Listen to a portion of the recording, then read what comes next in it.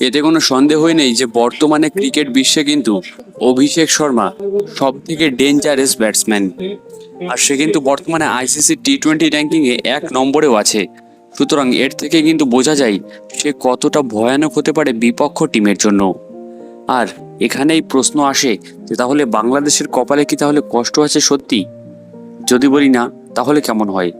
তো ভিডিওটা সম্পূর্ণ দেখো, একটা সুখবর কিন্তু তোমাদের আমি দিতে চলেছি। কারণ অভিষেক শর্মা কালকেই কিন্তু ম্যাচ রয়েছে ইন্ডিয়া বনাম বাংলাদেশের মধ্যে। ম্যাচটা খুবই ইন্টারেস্টিং হতে চলেছে, কারণ দুই দেশেই কিন্তু নানা রকম একটা রাইভ্যালরি চলে। যেরকম ইন্ডিয়া পাকিস্তান, সেরকম বাংলাদেশের সাপোর্টাররাও কিন্তু ফেসবুকে ইন্ডিয়া সাপোর্টারদের সঙ্গে হালকা পাতলা ঝামেলা করে। তো কালকের ম্যাচটা নিয়েও কিন্তু বাংলাদেশি যথেষ্ট চিন্তিত রয়েছে বাংলাদেশি ফ্যান্সরা।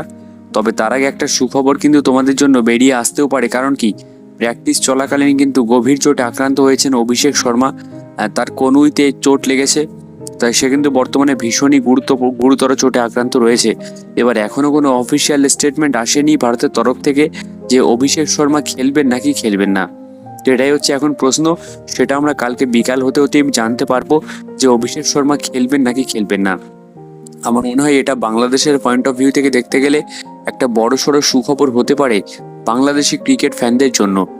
তো যাই হোক, তো তুমি এই খবরটা শুনে খারাপ লেগেছে না ভালো লেগেছে অবশ্যই কিন্তু কমেন্টে জানিও। সঙ্গে কোন টিমের ফ্যান তোমরা সেটাও কিন্তু অবশ্যই কমেন্টে জানিও। তো দেখা হচ্ছে পরবর্তী একটি ভিডিওতে।